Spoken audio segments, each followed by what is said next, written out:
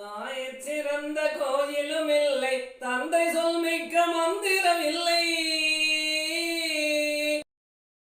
காஞ்சிபுரீசனை காணவாருங்கள், கஜகிரி வரதனின் அழகை பாருங்கள்.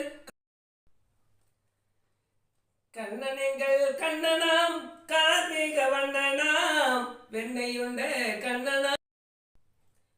கண்ணன் என்றால் எல்லோருக்கும் பிடித்தமானவன். எல்லோரும் வாங்க, அவனை எங்க இருக்கிறான் தேடி கண்டுபிடிச்சு நாம எல்லோரும் திருவடியிலே தேவாதி தேவராஜன் திருவடியிலே சரணம்.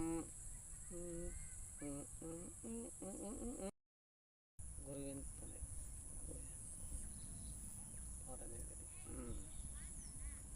பரமபதம்